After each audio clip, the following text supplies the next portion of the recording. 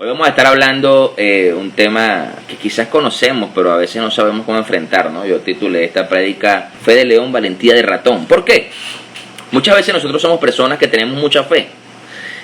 Yo en lo personal soy un hombre de mucha fe. Quien me conoce sabe que es así. Sabe que soy un hombre que no me detengo por la fe. Tengo una fe, un don de fe muy fuerte y muy radical, ¿no? Pero a veces hay cosas en nuestra fe, en nuestro día a día, en nuestro caminar, que nos detienen. Y una de ellas es el temor, el miedo. ¿Okay? Son dos cosas diferentes, el temor y el miedo. Ya les voy a explicar un poquito, ¿no? Pero, porque, y eso es una pregunta que venía a mi mente. Dice, bueno, pero si una persona, siendo un cristiano, siendo creyente, tiene fe, ¿por qué a veces no avanza? ¿O por qué a veces las cosas no se dan? ¿O por qué uno no termina de dar el paso para alcanzar? Entonces nos damos cuenta que a veces esas situaciones se dan por temores, por miedos. Por ejemplo, ¿a cuántos quizás le ha dado miedo dar algún paso en su vida? Quizás usted quería lograr alguna meta y no la ha alcanzado, o no la alcanzó en su infancia, no sé, en su adolescencia, por temor, ¿no? A algo. Temor a muchas cosas, ¿no? Quizás rechazo, quizás el temor a que las cosas salgan mal, a la derrota. Pero primero quiero que tengamos definidos esos dos términos. Cuando hablamos de temor, la Dalai habla de que es un miedo que se siente al considerar que algo perjudicial o negativo ocurra o haya ocurrido, o sea, presente o en el pasado, ¿ok? E incluso dice sospecha de que algo es malo o puede conllevar a un efecto perjudicial o negativo. Eso es el temor. No estamos hablando ahorita del temor santo, del temor de Dios, sino del temor como emoción, ¿ok? Lo como nosotros quizás percibimos y por supuesto en lo espiritual, ¿ok? Y cuando hablamos de miedo, está hablando de que es una sensación de angustia provocada por la presencia de un peligro real o imaginario. Entonces, eso te genera un sentimiento de desconfianza que impulsa a creer que ocurrirá un hecho contrario a lo que se desea. Eso te genera el miedo. Nos damos cuenta que muchas veces en nuestro caminar hacemos cosas y a pesar de que tenemos fe, sentimos miedo aún, sentimos temor. Versículo 17, se los voy a leer. Habla un poquito de los exploradores, de los espías que fueron enviados, ¿no?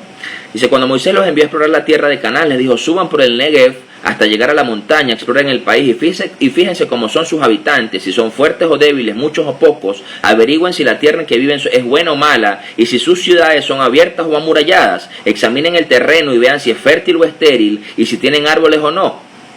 Y vean adelante, traigan algunos frutos del país. Esa es la temporada en que maduran las primeras uvas. Los 12 hombres se fueron y exploraron la tierra desde el desierto de Sin hasta Rehob y cerca de Lebo Hamat, subieron por el Negev y llegaron a Hebrón, donde vivían Ahimán, Sesai y Talmai, descendientes de Anac.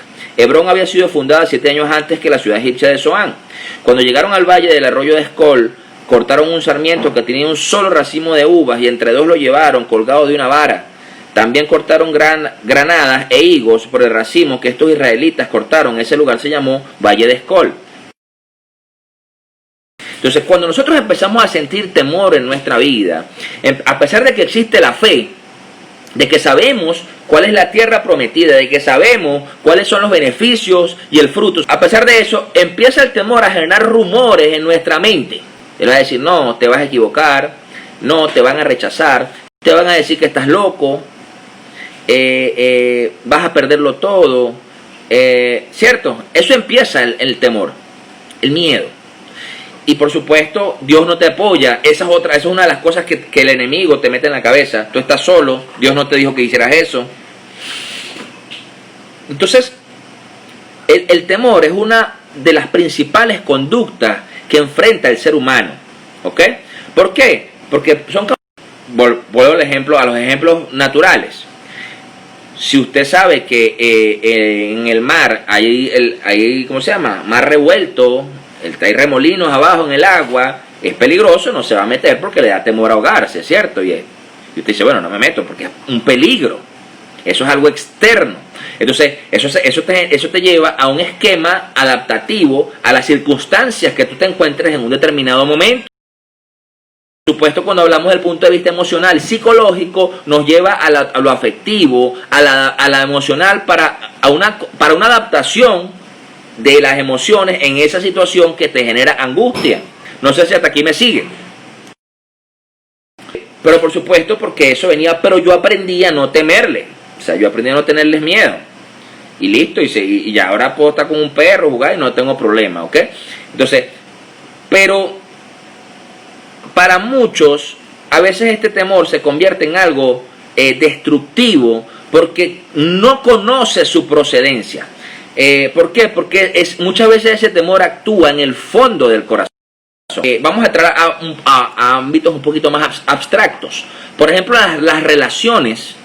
Las personas muchas veces, cuando una relación es tóxica, ahorita que está de moda muy la palabra tóxico y todo es tóxico, ¿verdad? A veces si una relación de la que sea, relación de amistad, relación amorosa, se convierte en algo tóxico, muchas veces la gente no termina a salir de esa relación por temor a la soledad, por temor al rechazo, por temor a tantas cosas que se han gestado allí, porque no conoce el origen de eso.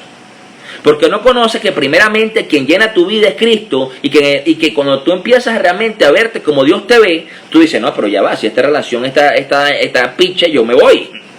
¿Me entiendes? Y ojo, no estoy diciéndole esto y dice, no, vaya y se divorcia. No, yo soy una persona que cree que las relaciones, Dios restaura las relaciones, que Dios restaura la familia, pero tiene que haber realmente coinonía en ambas partes. Entonces, por eso es que el tratar de huir, el evadirlo o el paralizarte. ¿En cuál situación has estado? Yo les voy a contar una anécdota personal de cuando yo era niño. Yo siempre desde niño, Dios me permitía ver cosas sobrenaturales, ¿no? O sea, cosas, espíritus, o sea, cosas sobrenaturales. Yo recuerdo una oportunidad, yo vivía en ese tiempo en Tenerife con mi mamá, hace unos cuantos años, no tanto. Y yo recuerdo que había estábamos donde yo vivía, era un grupo de niños, y recuerdo que había una casa, un apartamento donde el grupo de niños nos reuníamos y le empezábamos a decir, sí, ahí vive la bruja, ahí vive el bravo, ahí vive el malo, ahí vive la bruja, le decía, era hablando, estábamos a la persona que vivía allí. Yo lo hacía simplemente por seguir a los demás, yo ni idea de quién era, ¿no? Pero yo recuerdo que un día, cuando estábamos o sea, como haciéndole bullying pues ahí al apartamento de la persona que estaba allí, hubo algo, abrió la puerta y la sombra que se vio en la pared era algo muy grande, como con un cuerno, y eso a mí me paralizó. Yo me paralicé, yo tendría 7 años, quizás.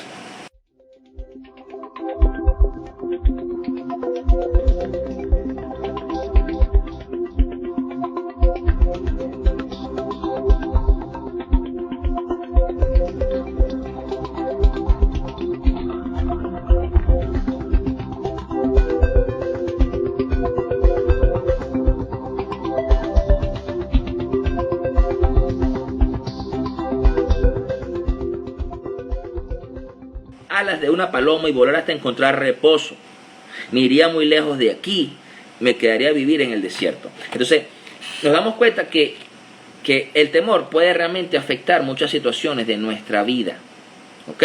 Y vuelvo y repito, no estoy hablando del temor de Dios, estoy hablando del temor, del miedo. ¿Ok? De la condición y de la emoción. Ahora, si volvemos al libro de Números, vamos ahora al capítulo 14. Vemos desde el versículo 1 dice, aquella noche toda la comunidad de israelitas se puso a gritar y a llorar. En murmuraciones contra Moisés, la comunidad decía, ¿cómo quisiéramos haber muerto en Egipto? Más nos valdría morir en este desierto. ¿Para qué nos has traído el Señor a esta tierra? Para morir atravesados por la espada y que nuestras esposas y nuestros niños se conviertan en botín de guerra. ¿No sería mejor que volviéramos a Egipto? Y unos a otros se decían, escojamos un cabecilla que nos lleve a Egipto. Entonces Moisés y Aarón cayeron rostro en tierra ante toda la comunidad israelita. Allí estaban también Josué, hijo de Nun, y Caleb, hijo de Jefoné, los cuales habían participado en la exploración de la tierra. Ambos se rasgaron las vestiduras en señal de duelo y le dijeron a toda la comunidad israelita: la tierra que recorrimos y exploramos es increíblemente buena. Si el Señor se agrada de nosotros, nos hará entrar en ella, nos va a dar una tierra donde abundan la leche y la miel, así que no se rebelen contra el Señor, ni tengan miedo de la gente que habita en esa tierra. Ya son pan comido, no tienen quien los proteja, porque el Señor está de nuestra parte, así que no les tengan miedo. Pero como toda la comunidad hablaba de apedrearlos, la gloria del Señor se manifestó en la tienda frente a todos los israelitas. Y yo quiero resaltar esto de estos versículos. Los hebreos ya habían salido de Egipto. O sea, es decir, ya ellos habían visto la gloria de Dios al permitirles salir de Egipto. Vieron las plagas, vivieron las plagas, atravesaron el mar, ¿cierto? O no, o sea, no sé si mi Biblia dice otra cosa, pero si usted va un poquito más atrás, al libro del Éxodo, usted puede leer todo eso. Y es esa misma gente que estaba gritando y llorando porque los espías dijeron que la tierra que donde habitaban la gente, el pueblo era muy poderoso. ¿Y acaso Egipto no era un pueblo poderoso? Pregunto. Entonces, te das cuenta que, sí, yo vi. ¿Cuántas veces has suscitado en tu vida que ya Dios te ha dado ciertas victorias, ya has avanzado de donde estabas, ya saliste de esclavitud a libertad, y aún muchas veces sientes miedo y empiezas a gritar y a llorar y a decir: Señor, me quiero regresar?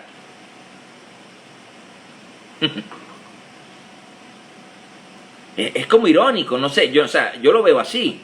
O sea, porque si ya Dios viene haciendo esto en mi vida, ¿por qué me da miedo que lo que se me vea, lo que se presenta adelante, quizás parezca aterrador, quizás sea muy amenazante? Pero el Dios que tenemos es más grande que eso, porque ya nos sacó de la esclavitud en que vivíamos.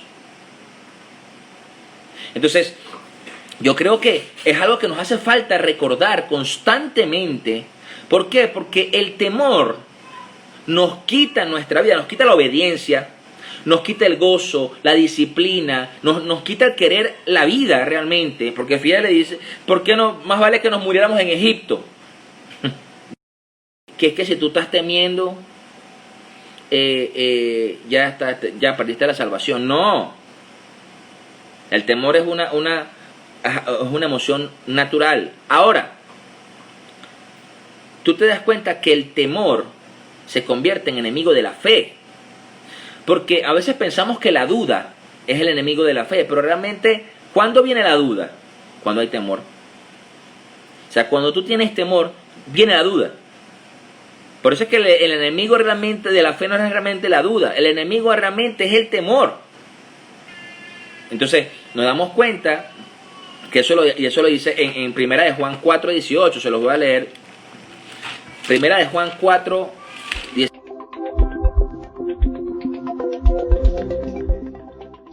Que teme, espera el castigo. Es como que cuando tú te quedas en ese temor, tú estás esperando que suscite eso.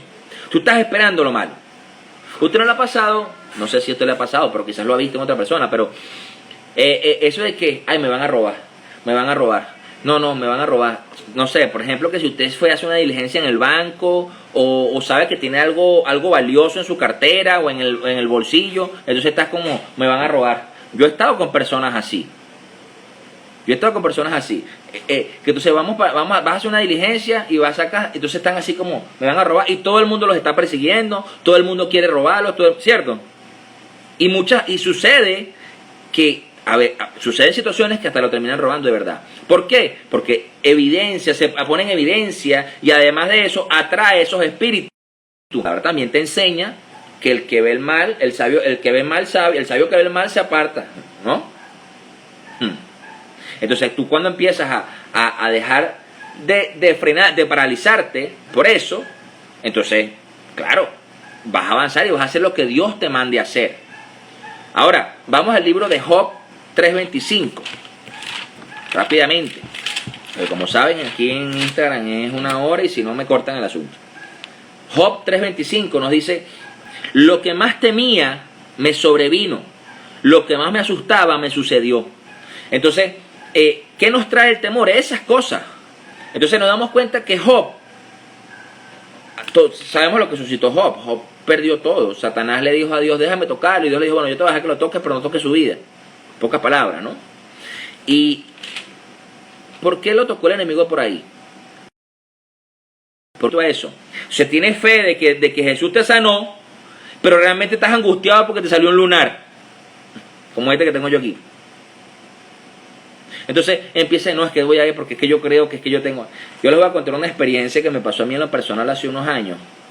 Antes que mi abuelo falleciera. Mi abuelo falleció, yo fui a la clínica y doné sangre. Y resulta que sabes que después tienes que buscar la tarjetica para, bueno, que te dice que fuiste donante y todo lo demás. Y cuando yo fui a buscar la tarjetica, el médico, el bioanalista, el que estaba ahí, me dice, mira, no pudimos usar tu sangre porque tu sangre, tú tienes algo, me dice, tú tienes algo.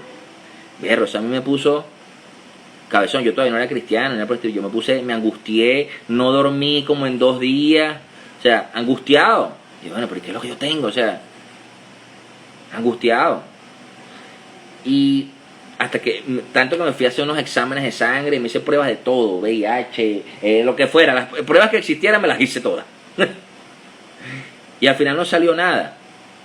Y yo decía, bueno, pero y entonces, cuando fui de otra vez a la clínica, me dice, no vale, tú no tienes nada, lo que pasa es que tienes que ir a ver, tienes que hacerte un chequeo, porque pareció como que tenías un poquito de hígado graso y tienes que estar pendiente con esto. Y bueno, pero tú me dices las cosas así, y yo sentí que me moría mañana, algo me estaba pasando. Entonces, bueno, por supuesto, después fui al médico, me pusieron tratamiento, todo perfecto, y bueno, fino, gracias a Dios, bien. Entonces, muchas veces, ese temor te quita y te angustia y viene, ¿por qué? Porque temes lo que más temía, amén, claro que sí. Entonces, lo que más temía era que me enfermara. Entonces, por ejemplo, yo le pregunto a usted, ahorita en los tiempos de pandemia, vamos a ver, fe en tiempos de pandemia, ¿a cuántas veces usted le ha dado coronavirus?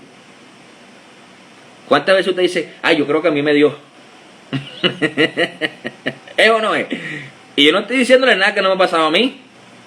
Yo creo que a mí me dio. Es que siento como que no respiro, espérate. A veces lo que tienes es pánico, a veces lo que tienes es ansiedad. ¿Ok?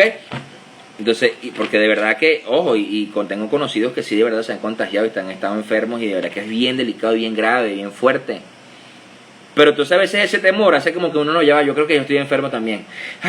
Entonces empieza con el susto, ¿no? Entonces tengamos cuidado con ese temor, ¿me entienden? Vamos al libro de Josué, el libro de Josué capítulo 1, para los que van anotando, versículo 6, dice, sé fuerte y valiente, porque tú harás que este pueblo herede la tierra que les prometí a sus antepasados. Solo te pido que tengas mucho valor y firmeza para obedecer toda la ley de mi siervo Moisés, que mi siervo Moisés te mandó. No te apartes de ella para nada, solo así tendrás éxito donde quieras que vayas. Pero necesitas ser valiente. Necesitas dejar el temor a un lado. Entonces, esa es la única forma de que el pueblo, de que tu casa, de que tu familia, de que tus promesas sean heredadas por tus hijos, sean heredadas por lo que Dios te ha dicho. Entonces, por eso te digo, solo te pido que tengas mucho valor y firmeza. O sea, mucho valor, dice la palabra. Hay un dicho muy conocido que yo estoy seguro que usted lo ha escuchado, que dice que el cementerio está lleno de valientes. ¿Cierto? No, el cementerio está lleno de valientes. O sea, en pocas palabras, uno tiene que ser siempre un cobarde. No, es que el temor, un temor realmente que te lleva a la supervivencia, te va a llevar a evitar situaciones que te puedan llevar a morir. ¿Cierto? En lo físico, físicamente hablando. Entonces, pero eso no quiere decir que entonces tú tengas que ser cobarde. Entonces te das cuenta que Dios nos llama a ser fuertes y valientes. Entonces, por eso te digo, ¿qué trae el temor? Afán, ansiedad, inseguridad, complejo, tartamudez, enfermedades, tics. Tú no la has visto a personas con el tic, que a mí me pasaba antes que el ojo me temblaba. A veces era ira también, pero empiezas a darte cuenta, pérdida de sueño, increíble. Entonces, ¿a usted le pasa que es noctámbulo? Que entonces está en la noche pensando, Señor, ¿y qué va a pasar con esto? ¿Y qué voy a hacer con aquello? Entonces te empieza a arropar como el temor, como ese miedo a qué va a pasar, esa tensión interna que suscita. Sé valiente. Entrégale eso a Dios y acuéstate a dormir. Descansa. Por eso es que la fe es el antídoto más fuerte que tenemos contra el temor. ¿Ok? ¿Por qué? Porque la fe mueve a Dios, el temor mueve al diablo. ¿Usted sabía que una de las formas que Satanás opera es a través del miedo? A través del miedo. ¿Cómo trabaja? Vamos a hablar de distintas creencias. Vamos a hablar, por ejemplo, una que yo conozco mucho. La religión yoruba, o sea, los babalaos, santeros, todo lo que tenga que ver con este tema africano, el espiritismo, los paleros, trabajan en la gente es el miedo. Por ejemplo, no, mira, tienes que ponerte este pulsera, tienes que cargar un poco de piedras encima y unas soperas y llevártelas para tu casa y atenderlo, todo lo demás todos los días, todos los lunes tienes que hacerle elevó a la piedra esa, ¿verdad? Porque es que así no te van para que te vaya bien, para que tu esposo no te deje, para que no te vayan a salir mal los negocios. Entonces, todo es miedo, todo es miedo. Entonces le dice, pero cuidado, porque si tú botas esto te puedes morir. Se convierte en miedo. Miedo. Así trabaja Satanás. Miedo. Entonces, miedo. Necesitamos conocer la raíz de lo que lo produce. O sea, y apropiarte de la palabra de Dios. Si te da miedo la escasez, bueno, tú dices, no, Señor, tú eres el dueño del oro y de la plata. Yo creo que la tierra que tú me entregues es una tierra donde fluye leche y miel. Yo reprendo en el nombre de Jesús. Reprendo a la oruga, al toño, al revoltón, a todo lo que quiera venir contra mis finanzas, contra los bienes que tú me has entregado. Que tienes temor a las enfermedades. Bueno, Señor, estoy cubierto con tu sangre, porque tu palabra dice que por tus llagas fuimos sanados.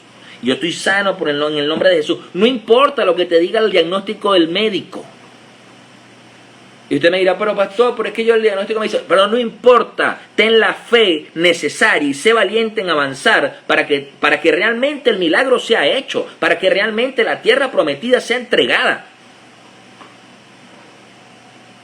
Entonces, porque si no, no tiene sentido. Fíjense, Mateo 14, vamos a ir un momento a Mateo 14, versículo 22. Enseguida, Jesús hizo que los discípulos subieran a la barca y se le adelantara al otro lado, mientras él despedía a la multitud. Después de agredir a la gente, subió a la montaña para orar a solas. Al anochecer estaba allí él solo y la barca ya estaba bastante lejos de la tierra, zarandeada por las olas porque el viento le era contrario. En la madrugada, Jesús se acercó a ellos caminando sobre el lago. Cuando los discípulos lo vieron caminando sobre el agua, quedaron aterrados y dijeron, es un fantasma, gritaron de miedo. Pero Jesús les dijo enseguida, cálmese, soy yo, no tenga miedo, porque Señor, si eres tú, respondió Pedro, mándame a que vaya a ti sobre el agua. Ven, dijo Jesús. Pedro bajó de la barca, caminó sobre el agua en dirección de Jesús, pero al sentir el viento fuerte tuvo miedo, dice la palabra, y comenzó a hundirse. Entonces gritó, Señor, sálvame. Enseguida Jesús le tendió la mano y sujetándolo lo reprendió. Hombre de poca fe, ¿por qué dudaste? Pero vuelvo y repito, por eso que yo le decía hace un ratico, el enemigo de la fe directo no es la duda. La duda es una consecuencia ¿de qué? Del miedo, del temor. Porque yo una vez estuve en una oportunidad en Cayo Sombrero, aquí en Morrocoy, que me gusta mucho, en un peñerito de estos que sale de ahí de Tucaca. Y chamo, cuando sales a mar abierto, ese mar estaba picado. Y eso era que subía como si fuera una montaña rusa y sale para arriba y vuelve para abajo otra vez. Y tú vas a dejar llorando, Señor, ayúdame, Señor, en el nombre de Dios, me muero, me voy con Cristo. Ese cantando en el camino he decidido, por si acaso, ¿no? Y pidiendo perdón y arrepintiéndote. ¿Y usted cree que en ese mal picado a mí uno le dice, no, mira, sal que vas a caminar en el agua, vas a salir? ¿Verdad que no? Te da miedo de una vez. Pero Pedro salió. Y después que ya estaba afuera, o sea, después que mató al tigre, le tuvo miedo al cuero. Muchas veces hay situaciones en nuestra vida donde ya nosotros dimos el paso, salimos de la barca, tuvimos la valentía, y ya después que estamos en el medio del mar, entonces empezamos a pensar, hay mucho viento, y empiezas a hundirte, gloria a Dios que está el Señor allí para rescatarnos, ¿no? Gloria a Dios por eso. Pero fíjate que Dios dice, hombre de poca fe, ¿por qué dudaste? Fíjense que si usted reemplaza realmente la duda por el enemigo, debería decir, hombre de poca fe, ¿por qué tuviste miedo? ¿Me entiendes? Entonces, es natural. Salmo 34, vamos al Salmo 34, 9. Dice, teman al Señor, ustedes sus santos, pues nada les falta a los que le temen. Entonces, ¿a quién debemos temer nosotros? A Dios. Pero no es un temor de miedo, no. Es un temor santo, de reverencia. ¿Ok? De por supuesto no caer en cosas que a Dios no le agraden. Entonces, yo creo que el temor y lo vemos en la palabra, en Deuteronomio, el temor que aprueba a Dios es el temor santo. Es el temor que aprueba a Él. O sea, Deuteronomio 10:12, vamos a leerlo.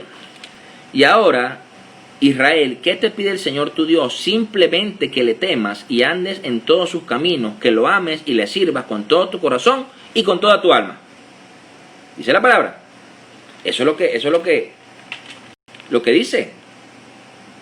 Entonces, uno de los dones que el Espíritu Santo trae a nuestra vida es el temor de Dios, el temor a ofenderlo, la reverencia.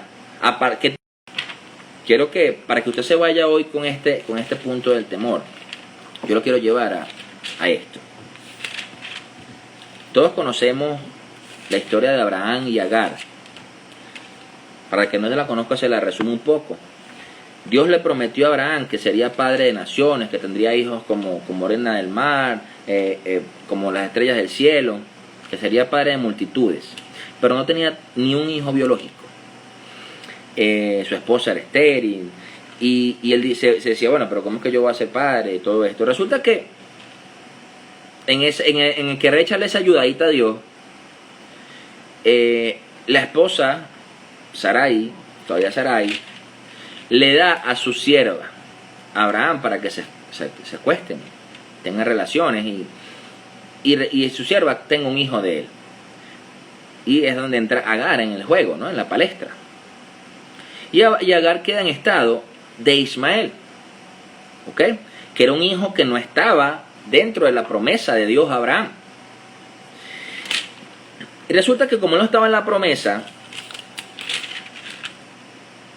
dice Génesis 21, versículo 8, se los leo, versículo 8 en adelante.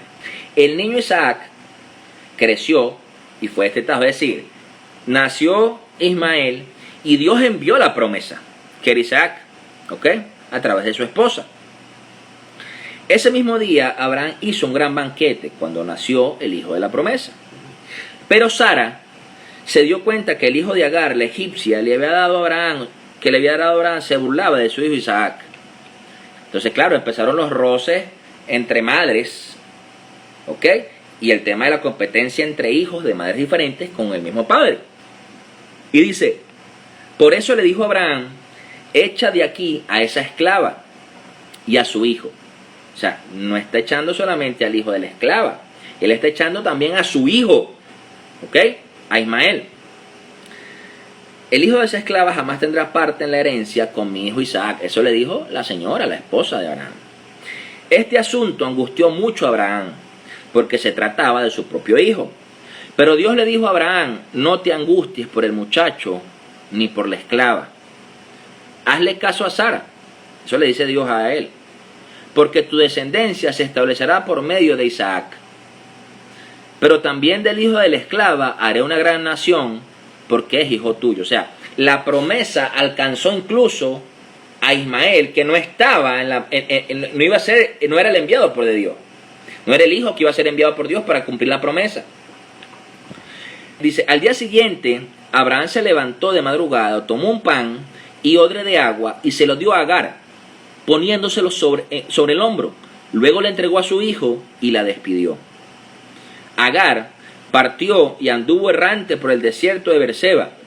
Claro, no sabía dónde voy. O sea, soy esclavo, no tengo nada, no tengo señor porque mi señor me echó y tengo un hijo. ¿Ok? Cuando se acabó el agua del odre, puso al niño debajo de un arbusto y fue a sentarse sola a cierta distancia. Pues pensaba, no quiero ver morir al niño. Yo creo que ninguna madre, ningún padre quisiera eso, ¿no? En cuanto ella se sentó, comenzó a llorar desconsoladamente. Cuando Dios oyó al niño sollozar, el ángel de Dios llamó a Agar desde el cielo y le dijo, ¿qué te pasa, Agar? Y le dijo estas palabras, no temas, pues Dios ha escuchado los sollozos del niño. Pues si estamos en una situación como la que estuvo Agar, que ya estás a punto de la muerte, que ya no hay esperanza para nada, que incluso ella dejó a su hijo a lo lejos porque no quería verlo morir. Aún en ese momento, Dios envía a sus ángeles para que no temamos, para que nos sirvan, para que podamos realmente, y Agar, por supuesto, ignorando esto, como mujer natural, temía por eso, pero Dios cumplió su palabra incluso en la vida de Ismael. ¿Qué le hace creer a usted que no le va a cumplir? ¿Por qué duda? Manténgase firme en su fe y avance. Esto es una lucha diaria, porque Dios no permitió que este niño muriera deshidratado, muriera por el incandescente sol del desierto,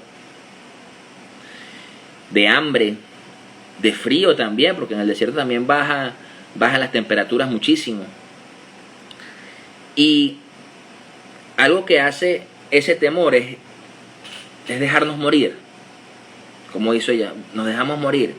Pero luego que Dios envió a este ángel y le dice, no temas, Dios ha escuchado los sollozos del niño, levántate, tómale la mano. En ese momento Agar abrió los ojos. Una de las cosas que hace la presencia de Dios, la fe en Cristo, el caminar en temor santo y no en el temor natural, es que abras los ojos y te levantes. Te das cuenta que, pero ya va, sí, es verdad, la situación está mal. Porque, ojo, no dice aquí que es que Dios los teletransportó, así como el genio de la lámpara, como Aladín, y los transportó para otro lado. No. Dice que ella en ese momento vio un pozo. Quizás el pozo, no lo dice allí, pero quizás el pozo ya estaba, pero entre el temor y entre la desesperanza no lo había visto. ¿Me entienden? Uno puede sacar y hacerle exégesis de ese versículo y decir, bueno, es que el ángel apareció a un pozo. Pero eso no es lo que dice. Eso lo estaría suponiendo. Pero también podemos suponer que el pozo ya estaba allí, pero que el temor no le permitía ver eso. Entonces muchas veces el temor en nuestra vida, el miedo nos impide ver realmente las herramientas y las cosas que ya tenemos para poder avanzar. No quiere decir que en ese momento va a ser más sencillo. Quiere decir que hay esperanza, que tienes que seguir creyendo y seguir caminando. ¿Por qué? Porque no dice que ella, que se levantó e inmediatamente estaban ya en una casa tomándose una piña colada. Dice que la levantara porque de él haría, que se levantara porque de él haría una gran nación. Entonces, cuando tú realmente permites que sea Dios quien te ayude, quien te dé el auxilio, y tú pones toda tu esperanza en Él, cree que las promesas serán cumplidas. No importa el tiempo. Muchas veces somos muy ansiosos y queremos que las cosas sean ya, pero nuestra fe no puede claudicar. ¿Saben? Cuando la palabra habla de la venida de Cristo, habla de que el fin de los tiempos, muchos apostatarán a la fe. Cuando hablamos de la palabra apostatar a la fe, habla apartarse de la fe, dejar de pensar como pensabas. Y tú también, y cuando hablamos de un poco del temor, también eso habla de que muchos serán llenos de miedo y de pánico aterrador, tanto que su fe será minúscula. No se trata solamente de que vas a dejar de amar a Cristo y de que vas a irte a hacer lo malo, no. Sino que también va a haber situaciones que te van a generar tanto miedo que apostatarás a tu fe y dudarás. Entonces, mantente firme. Mantente firme y no importa la situación. Dios siempre va a enviar ángeles y va a poner pozos para que tú bebas. Para que no mueras en el proceso. Yo soy fiel creyente de que uno no va a partir de esta tierra hasta que cumplas el propósito que Dios tiene para ti. Entonces, con esto lo que quiero decirles, amados, es que realmente nos aboquemos a que cada uno de nosotros, a pesar de sentir un temor natural, que como les dije, es algo humano, Dios lo puso en nosotros, el temor, un temor de supervivencia, un temor natural que nos lleva a cuidarnos de los peligros, que por supuesto es sabio, pero no dejarnos dominar por el temor natural, sino empezar a caminar en un temor santo, porque el temor natural nos puede desviar tanto de Dios, a sentirnos que no tenemos salida, a sentirnos que no hay solución para nada. Pero la realidad es que con Cristo siempre obtendremos la victoria.